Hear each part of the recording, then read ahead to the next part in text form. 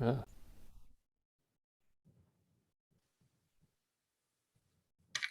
Hello, good evening, everyone. Welcome to the Royal Photographic Society and this latest in series of reviews of academic work in progress. It's a real pleasure this evening to introduce our host, Evan Dawson, who's Chief Executive of the Royal Photographic Society. So Evan, over to you. Thank you. Hello, good evening, everyone. It's a thrill to be here with you and to introduce this evening's speaker, who I'm so excited to hear from. So I'll keep my comments very brief. But I just wanted to start perhaps by just relaying a little bit of why we as a society are so interested in this topic. Last year we did a survey of all RPS members and we asked them why they take part in photography, what's their main motivation for doing it. And 62% of people said that it was because of the positive effect that it had on their well-being. It was the second most popular answer after I enjoy making images, and higher than to learn and develop a new skill, and higher than to appreciate great photography. Well-being matters to photographers. We also asked them who the RPS as in our charitable activities, who should we try and reach? 97% of people said that we should be doing this type of work to reach other people through photography. And the top sort of answer in that category was that we should reach people of all ages and backgrounds who may not value their own potential in photography. And we also had lots of responses telling us that we should work with younger children and teenagers, with adults and children with disabilities or mental health issues, and with older people. So the idea that photography can have an impact on people's well-being is something that is of great importance, not just to us, but to the wider world. But it's not something that is particularly well understood. It's not as well developed and researched as other areas of the arts, which some of us have had involvement with, like in music, where there's screeds of literature and research. This is still an area of relative infancy. And so we come to the work of Professor Susan Hogan, who is going to be speaking to us this evening. She is Professor of Arts and Health at the University of Derby and Professorial Fellow, I should have said that earlier, at the Institute of Mental Health, Nottingham. She's published a huge number of books over the past 20 years, including Healing Arts, The History of Art Therapy back in 2001, through to more recently to Art Therapy Theories, a critical introduction in 2016, and then more specialist ideas about feminist approaches to art therapy in 97, and The Maternal Tug, Ambivalence, Identity and Agency in 2020. She's also published a huge number of academic papers on related topics, working with the Arts and Humanities Research Council, amongst others. And so today's talk is really going to be about this book, which is on the screen at the moment, Photography, which is part of the Arts for Health range of books, which I've had the pleasure of reading over the past few weeks and is absolutely enlightening and wonderful, and I cannot wait to hear her talk about it. I've got lots of questions already, so she'll probably answer them in her presentation, but if not, I'm going to get her at the end. If you have any questions throughout this presentation, please pop them into the chat, and then we'll try and pick up on those as well at the end. So thank you very much, and over to you. Well, thank you very much, and it's great to be here.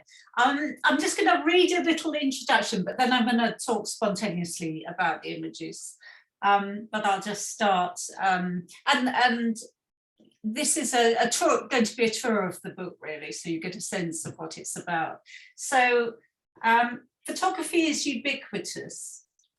The visual image is a predominant form of communication and a crucial aspect of contemporary reality.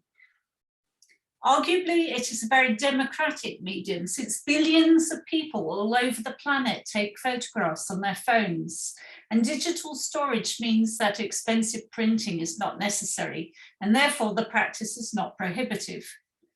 Photography is important to political and social movements and connects people in emotionally meaningful relationships. And this book explores the myriad of ways in which photography can be used to document events, places, or things, to consolidate personal identity, to pose a challenge to an idea or a regime, to animate the inanimate, in other words, to breathe life into objects, to capture the fleeting or the transitory, to create stories, to reveal what may be taken for granted, including seeing social practices, to enhance our perception and allow us to notice previously unnoted details, to consolidate relationships, to represent the overlooked or marginalised, to commemorate, to authenticate, to tantalise. All of these modes of photography have different possibilities, different intentions, and different effects. The social and political dimensions of photography receive attention. Photography underpins our lives in immediate and complex ways. And photography supports our sense of self, reinforces social attitudes and behaviours, or can be used to subvert these. One of the consequences of modernity is a tremendously accelerated pace of change. As sociologist Anthony Giddens pointed out, different areas of the globe are drawn into interconnections with one another as waves of social change crash across virtually the whole Earth's surface. At the heart of these waves, imagery is communicating ideas, especially photography. As well as being at the heart of global communication, ultimately, photography underpins different types of cultural affiliation and therefore forms a central part of representational systems that constitute human society itself. To fully understand photography and explaining concepts along the way, this text explores how photographs work in the modern world. Now, I can't possibly do all that in one lecture. So that's just a little taste of the book's aspirations.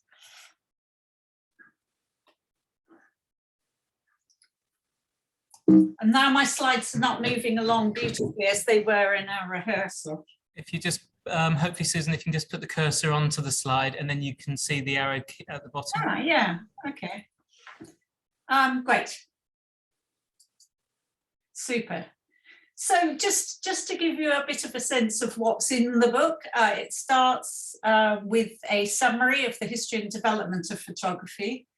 I look briefly at photography of the natural world, architectural and landscape photography, photographic portraiture and carte de visite, photojournalism. Then I move on to look at documentary photography, photography in anthropology, photography as art, the rise of the family album, digital photography, and the rise of social media platforms.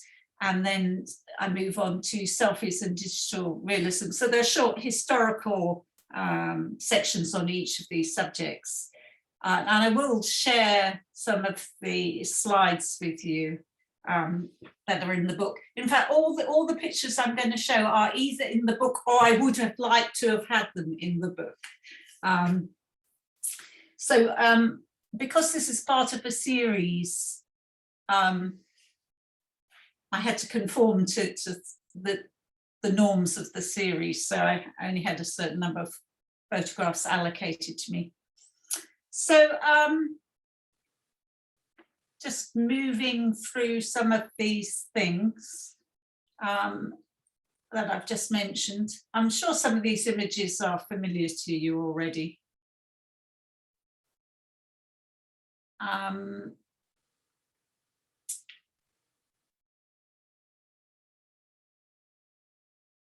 So this is Hein's lovely work on the dignity of labour. And these marvellous pictures, vertigo-inducing pictures of modernist architecture.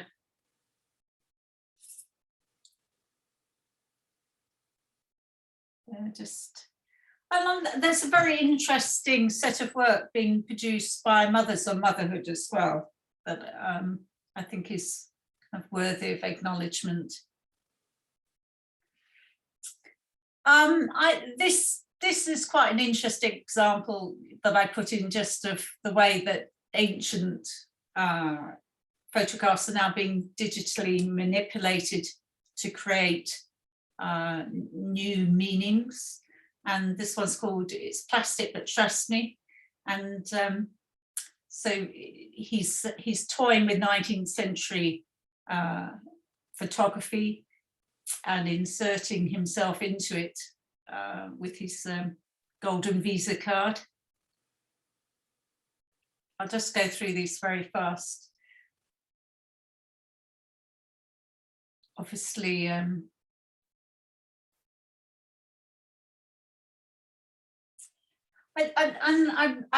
do stop briefly and think about the celebrity of photographs in their own right. And I think possibly this photograph it may be the most famous photograph in the world. And you might not know the author, but most people would recognize this photograph, and it was very significant in the anti-Vietnam War campaigns. This is a contender, another contender for the most famous photograph in the world, depending on who you talk to.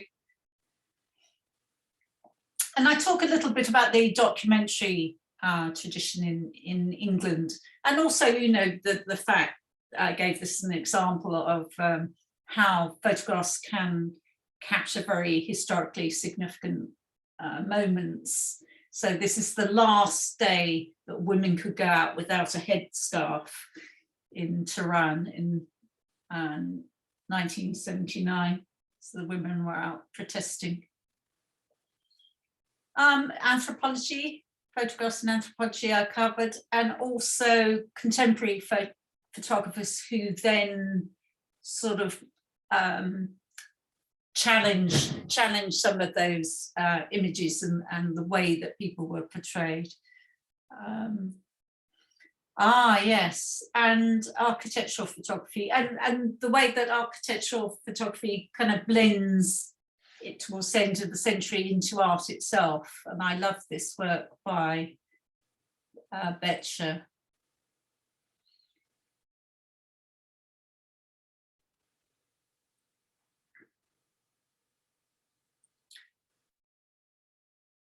And I really love the way that some of this architectural photography becomes almost abstract art in its own right. So these are now images I'd like to have had in and didn't.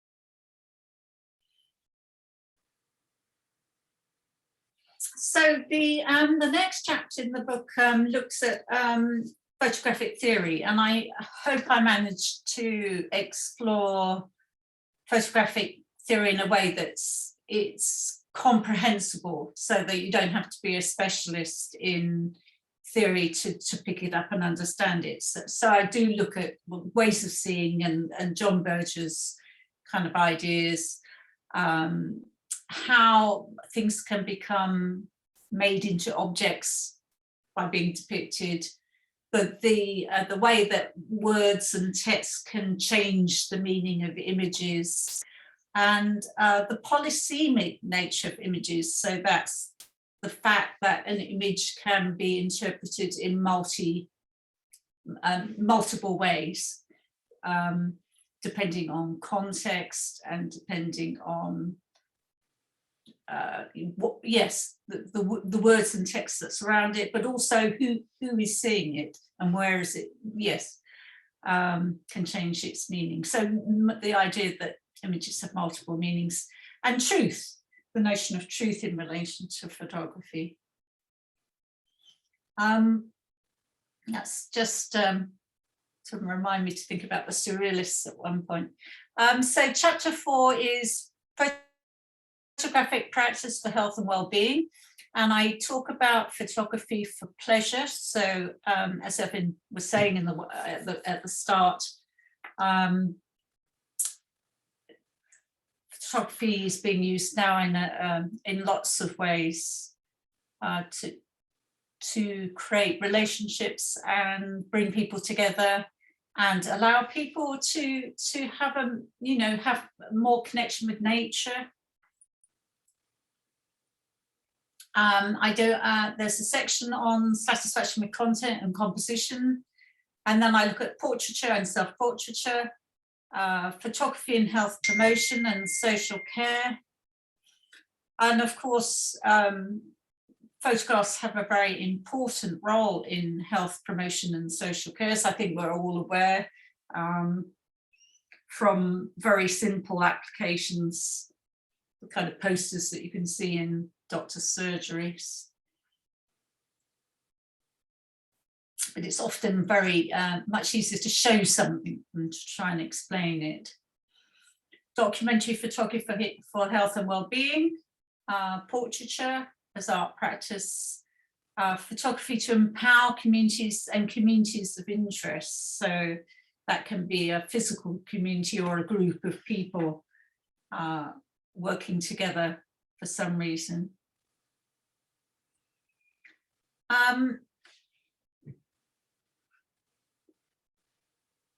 So this is the Hackney Flashes, they were called humorously, because in reference to flash photography, but also flashes, that they would rush out and take photographs.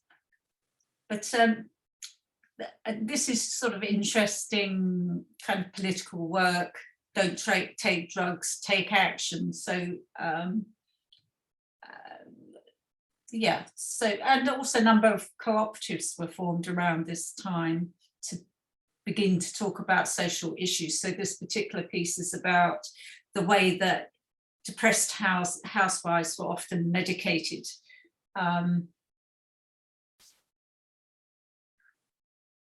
Whoops. So I'll come back to Jo Spence in a bit. This is some interesting work.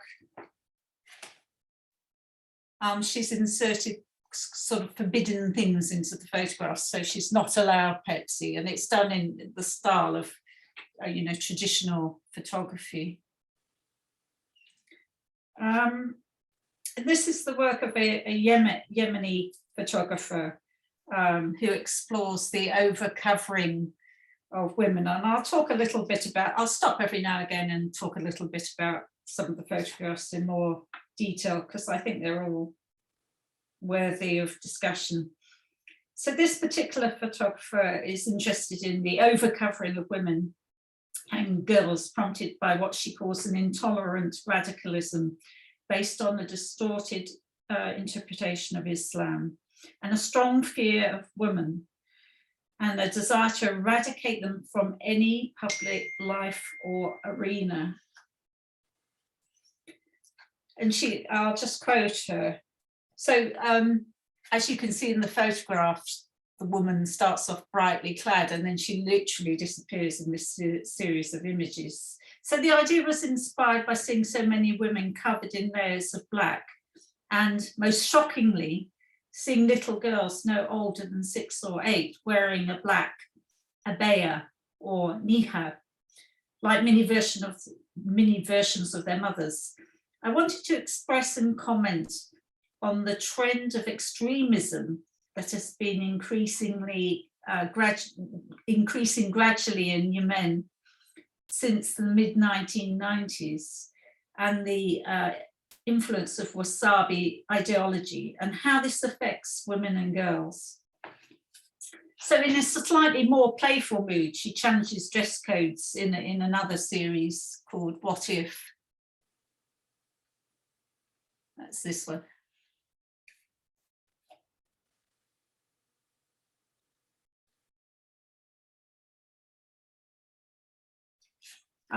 Communities of interest. In New York, when AIDS started, the community, the gay community there, used photography to try and counter some of the appallingly negative press coverage that was happening at the time. So that's an example of a community using photography almost to defend itself. That's just a Maple thought that I would have liked to have included in the book, but they wanted a too high a fee to use it.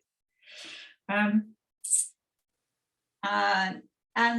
some of you may have seen the Masculinities exhibition at the Barbican a little while ago. It was like fantastic show. So this is Sunil Gupta's work. He has done a nice series on gay culture. And also in the hijras, the intersex of India.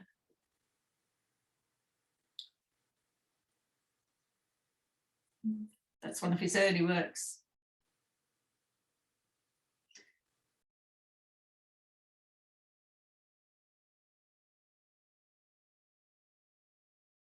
So this is Del Grace Volcano, and she's done a really good series on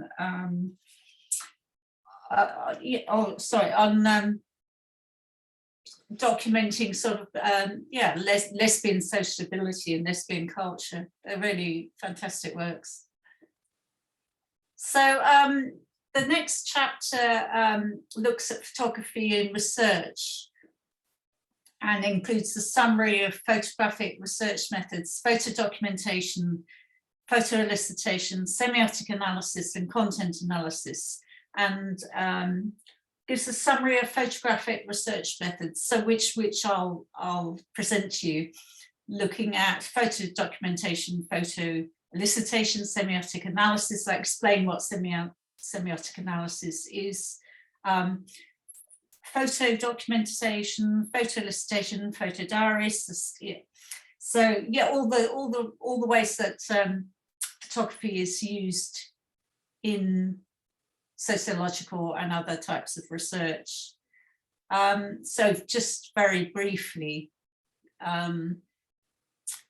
that images can be used to capture that, you know, what is hard to put into words.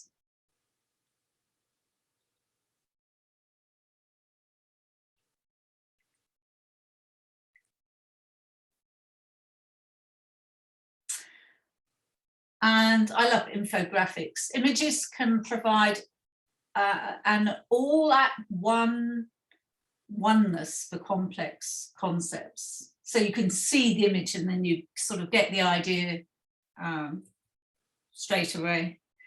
But images can also pose questions. So you see this image and you immediately wonder what's going on. What does this mean? What is it saying?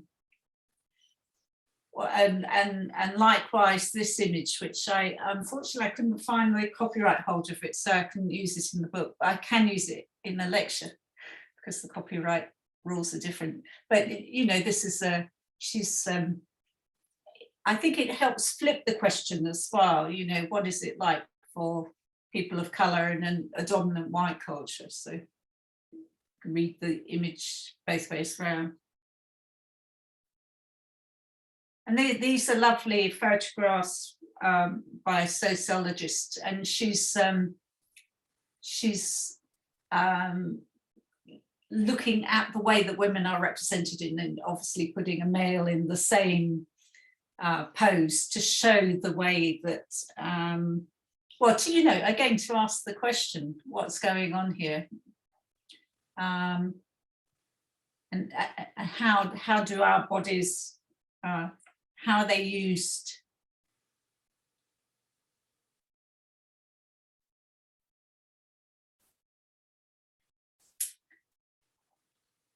So images can make us attentive to things in new ways, and that's just a still from a very, very powerful set of work by Rosie Martin, which she completed after the death of her mother.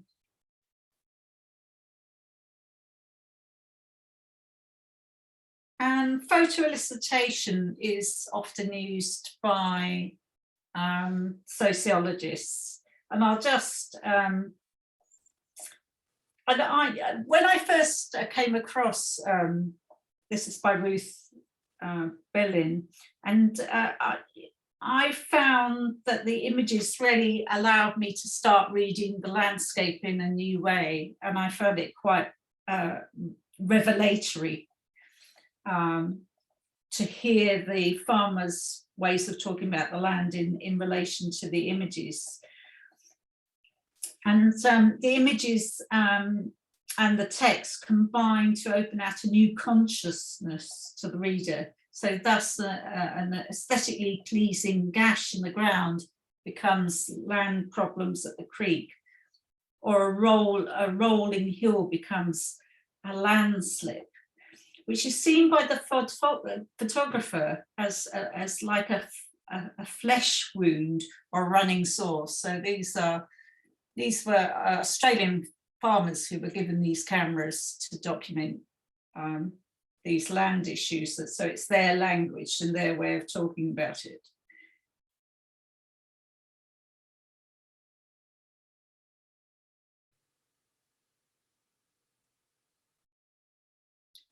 So yeah, we've seen this images already. Images can be memorable.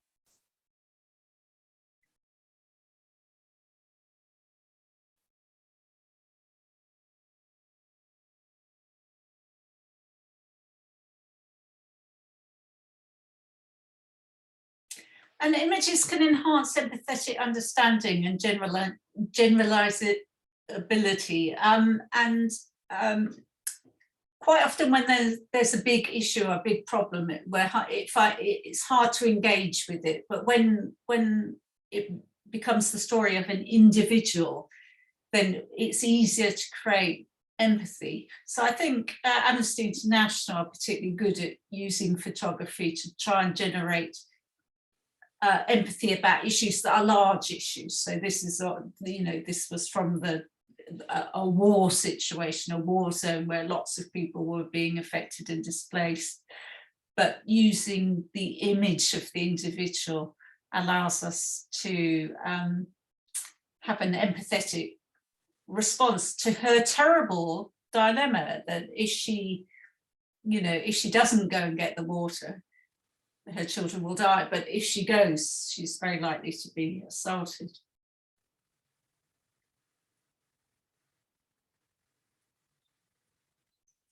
So images can be used to look at changes over time. And I was pleased to see Google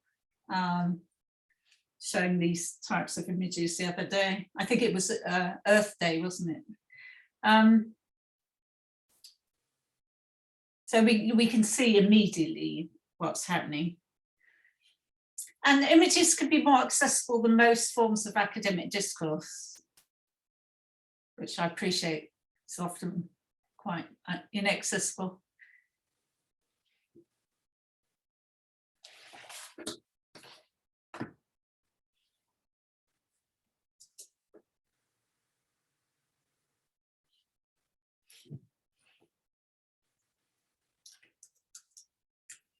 I don't know about you, but when I see the bears on the ice, I immediately feel anxious about them and their habitat.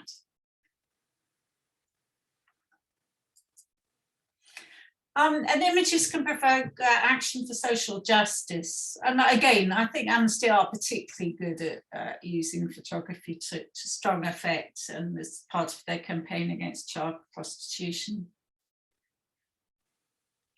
and domestic violence.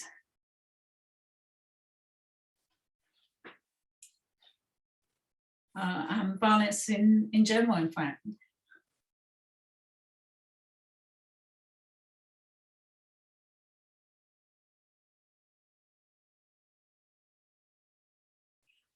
And images can encourage embodied knowledge.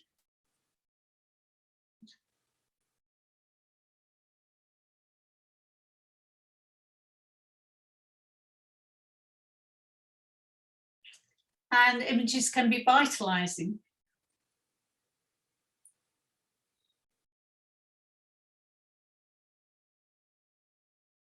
So that's a very quick summary, but I look at the ways that photography is being used in different research contexts in a bit more detail in the chapter. So the next section, I look at reenactment phototherapy, and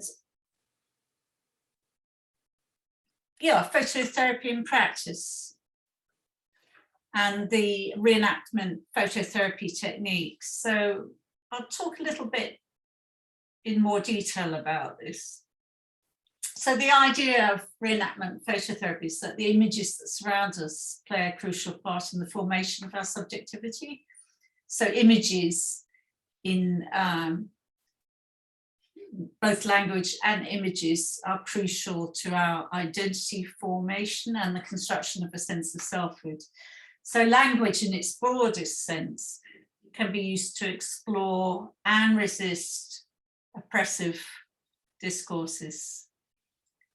So phototherapy and therapeutic photography in a British context has its antecedents in the collaborative work of Joe Spence and Rosie Martin, who were interested in social critique as a form of empowerment and therapeutic endeavour.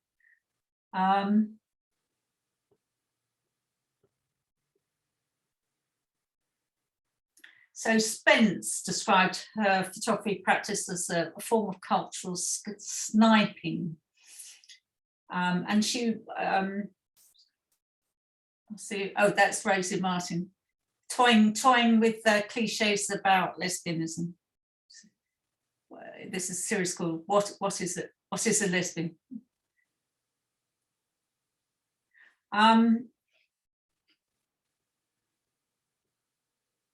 So yeah, Spence's work can be seen as part of a wider movement in the 1970s and 80s of feminist and critical cultural studies exploring the power of imagery.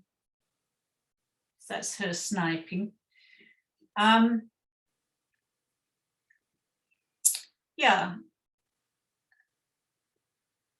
And as Stuart Hall noted, images have an unparalleled capacity to cut through what she called ideological frames.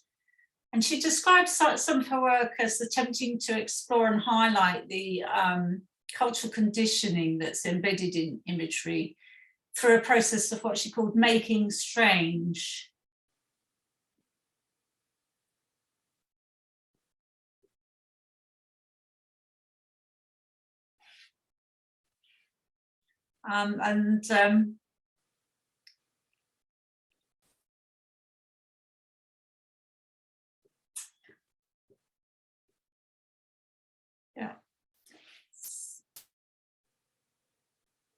So we looked at that one very briefly before. That's just Campaign for Creches.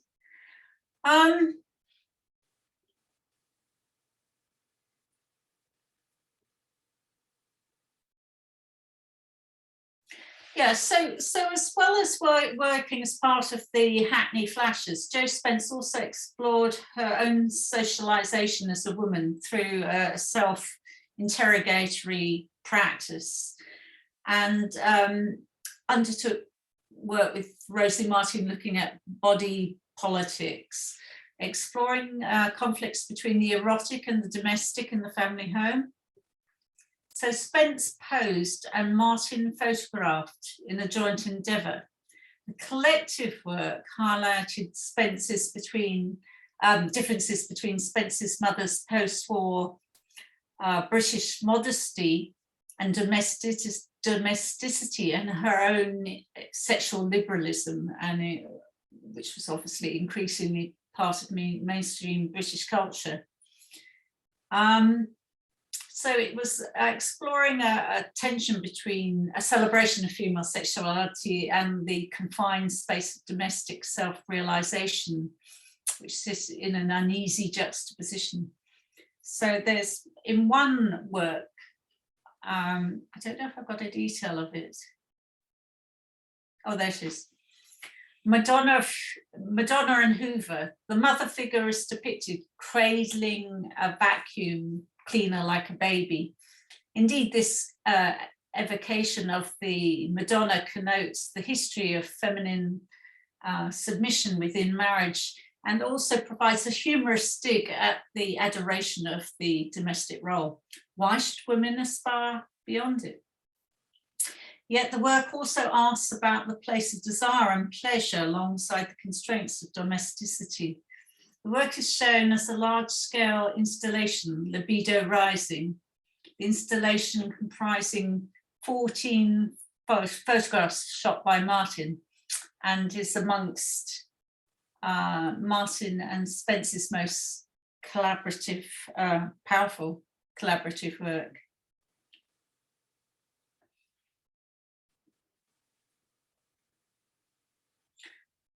The work of Spence was perhaps most notable from a health humanities perspective for its interrogation of the experience, her experience of being a cancer patient.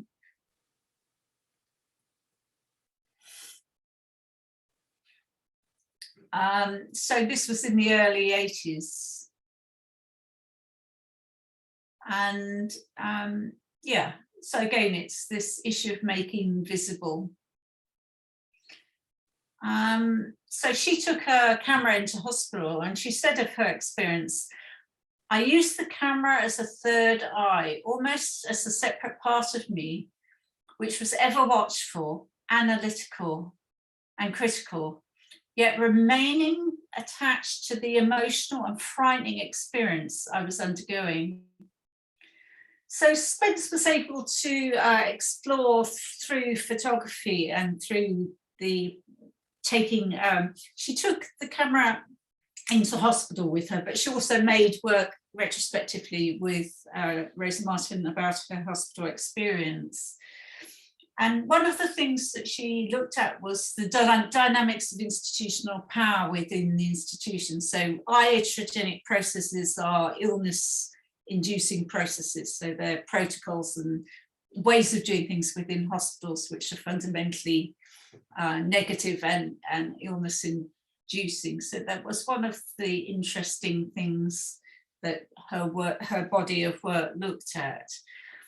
So yeah, she explored the myriad of ways that patients can be dehumanized, disempowered, and infantilized through routine institutional regimes, and how she became the object of the ward round to the norm, to the norm of the male doctor standing over her rather than seating himself.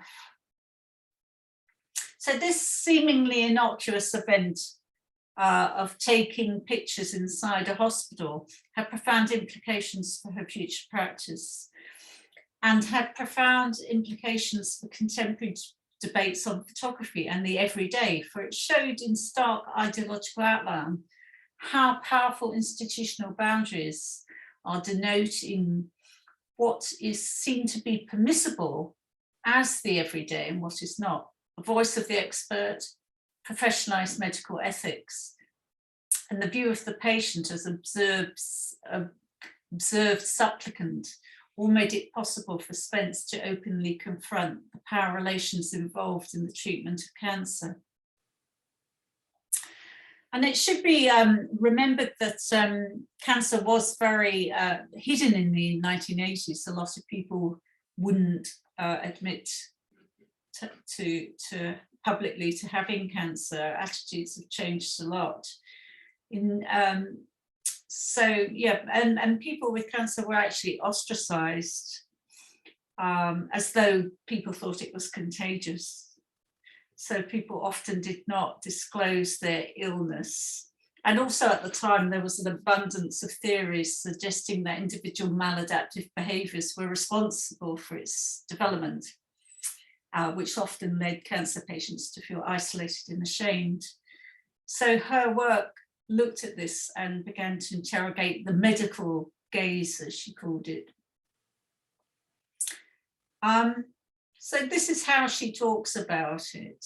Dutifully, so as not to waste time, I took with me several books on theories of representation, and a thin volume on health, and a historical novel.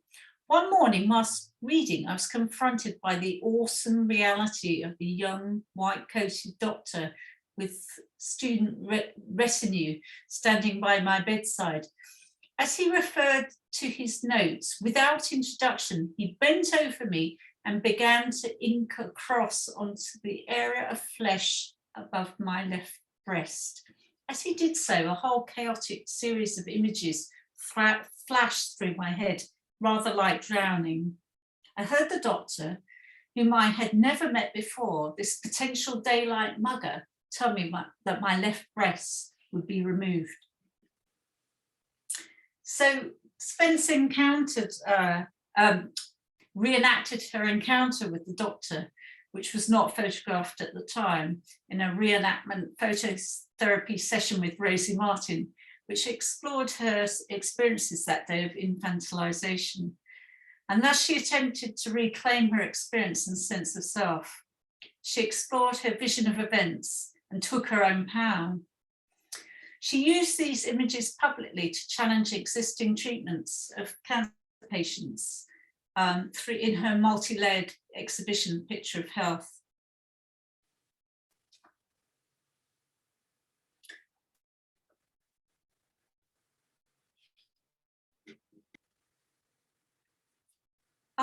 So I'll talk a little bit about how reenactment phototherapy works.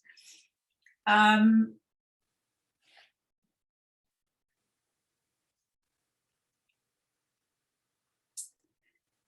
I find it quite an interesting practice personally, because it sort of straddles the line between social science research, political activism, and art. And it also it has quite a strong therapeutic dimension.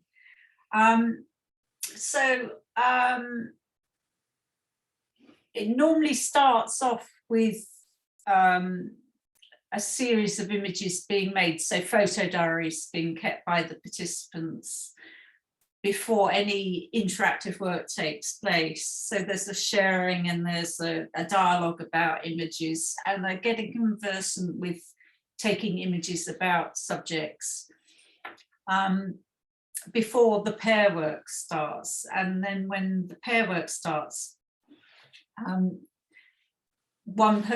and it's not director-sitter, because it's more collaborative than that, because people have already got a relationship and they've got to know each other a little bit. So it's not just having someone direct you to take photographs, because it's a more interactive process than that.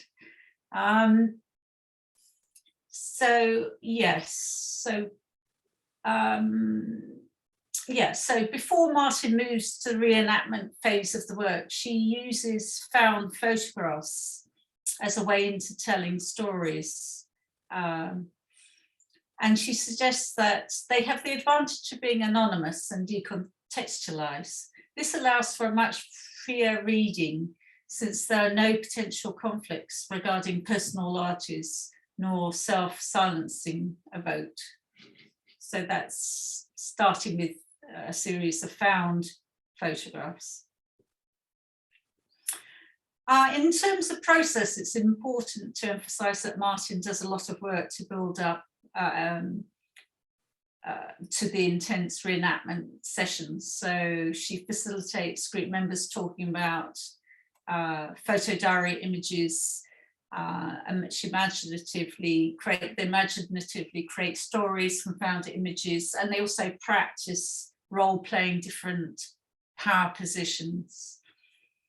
So the actual reenactment phototherapy technique involves participants working together in pairs and determining specific scenarios to investigate, enact, and reinterpret. The participants take turns being the performer client and then the photographer. Each person has a chance to explore a narrative, which is photographed at various points by her partner, using props if required, to help the presentation of the story. So the control of the general process rests principally with the person telling their story, with the photographer operating very much under her direction in a supportive and accepting role. The sessions may start off with an exploration of an individual story or issue that has arisen in the therapeutic work. In the therapeutic pair work, the photographer's role is more than that of simply being directed, drawing on knowledge gained in the therapeutic sessions. The photographer enables the sitter to tell her story. I'm saying her because this particular set of work was with women, but it needn't be necessarily. So just to quote Martin on the method, working in pairs, each woman performed her stories using her chosen clothes and props and determined how she wanted to be represented. The woman being photographed asked for what she wanted, and the photography was supportive and encouraging and very much there for her as partner and witness, advocate and nurturer. Whilst photographing the process as it unfolded, it is a collaborative process with both sitter, protagonist and photographer working together to make the images. And there is a strong egalitarian aspect to the work. And eventually, a narrative sequence will be produced, and which may or may not, would usually have some accompanying text with it. So there'd be some kind of narrative story or words used.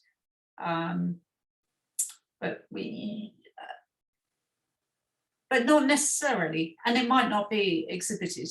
So it might or might not be exhibited, but a lot of this work can be exhibited, and the participants can find it quite powerful to share it in a public domain. I'm aware that I'm running out of time. So the final chapter in the book is on therapeutic photography. So looking in more detail about how it's possible to use photography for therapy explicitly. So I look at photography within art therapy as a practice, but also as therapeutic photography as a separate discipline, therapeutic photography in practice, and photography as part of projective processes, self-portrait therapeutic photography, working with found images and the usefulness of that, and using photographs in metaphoric ways to think about selfhood, and therapeutic photography in relation to photo systems. So going back to the family album and the way that family albums can be used to examine and re-examine personal issues. That's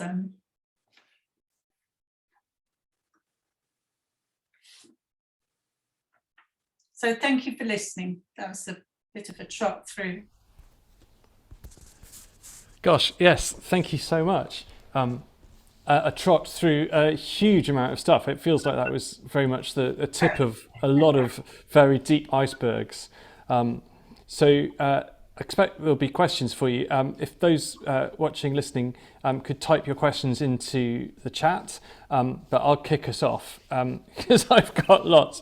But please do dive in, and we'll pick out your questions to get in the way of mine.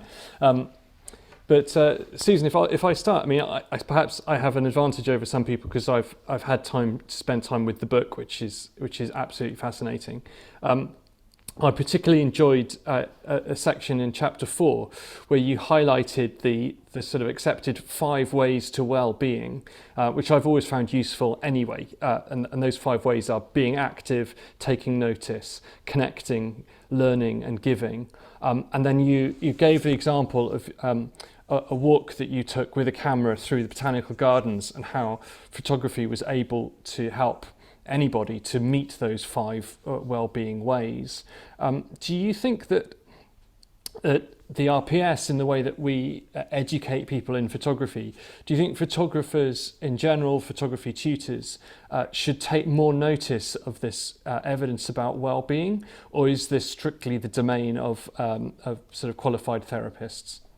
Yeah, absolutely not at all. I think I think part of the reason the 5 ways to well-being is very accessible is because it's fairly fun. It's based on a large body of research, but it's very fundamental, personal connection and connections between people, which are stimulated by involvement in a photographic group or a choir. I think it works across all the arts and health, and remaining active and attentive, taking notice. And I think when we take photographs, we can focus in on things in a different way, and it takes us into a different consciousness.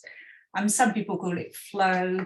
Artists call it flow when they get into that space where they're just making art and they're not really thinking in a conscious way anymore.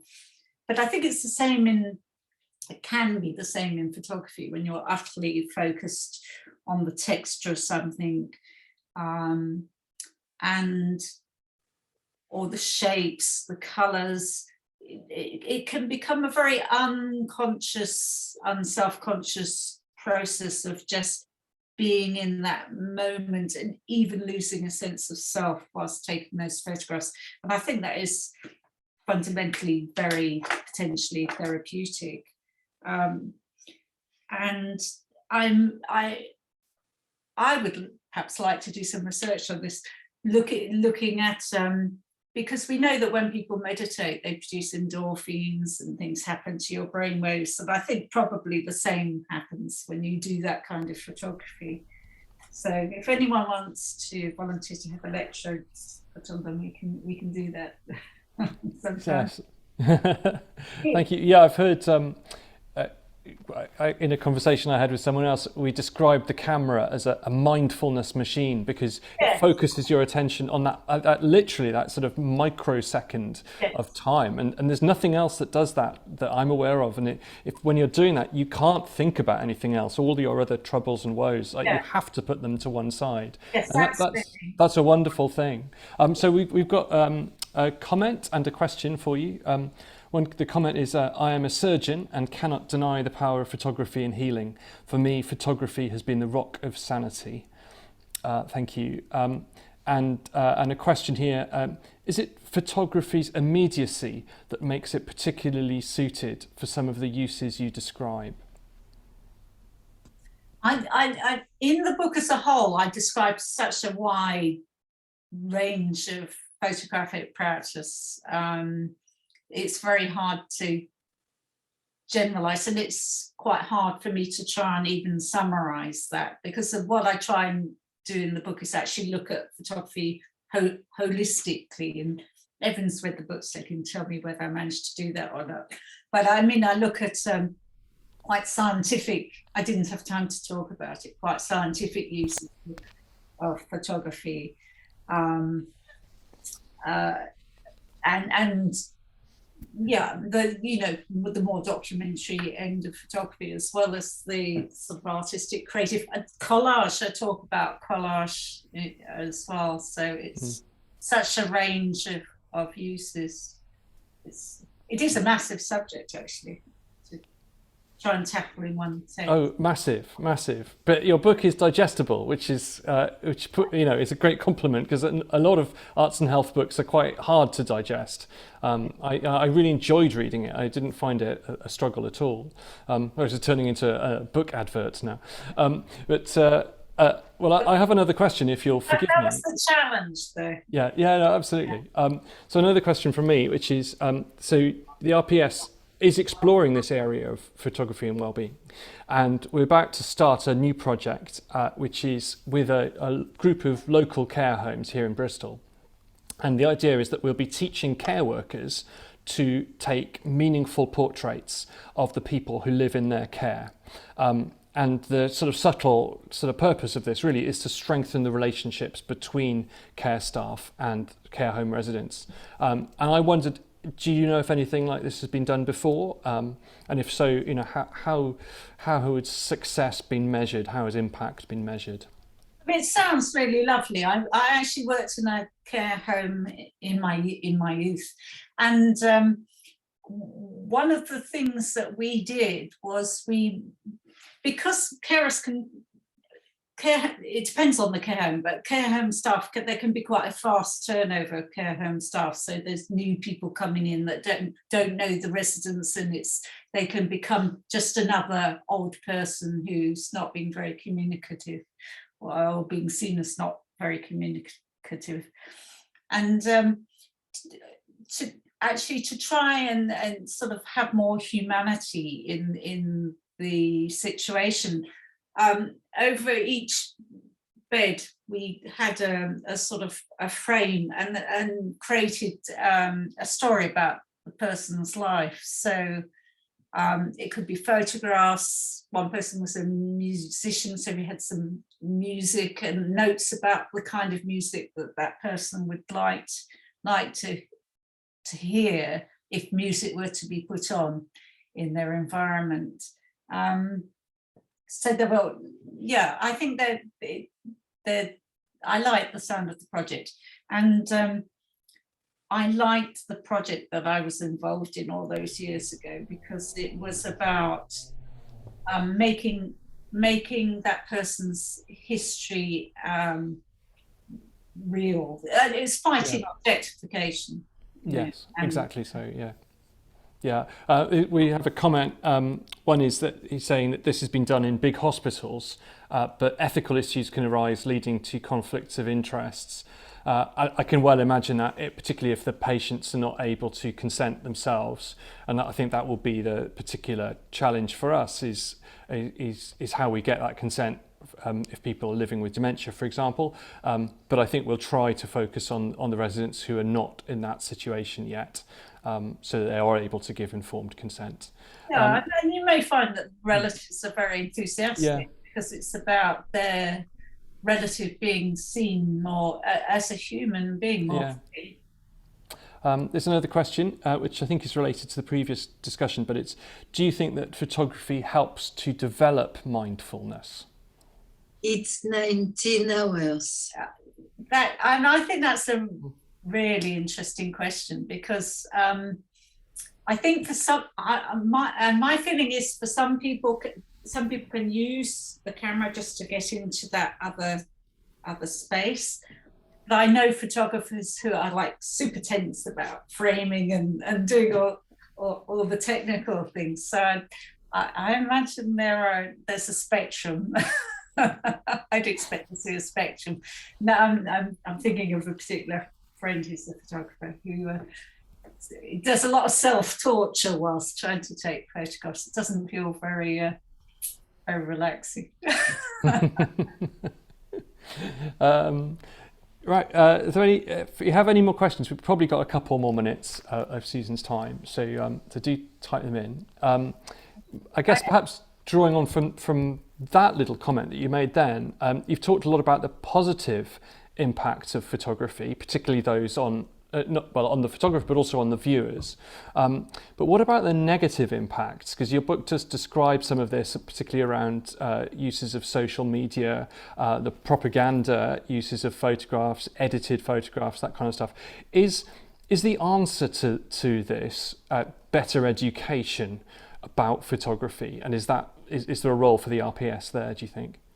Well, the book's focus is part of an Arts for Health series, so it does have a kind of a healthful lens throughout. But also acknowledging that I do acknowledge that images can be manipulated and often manipulated. We're all aware that happens, but also that there is a social tendency to call out those images too, and also that collectively a body of work can substantiate things that are being denied by regimes.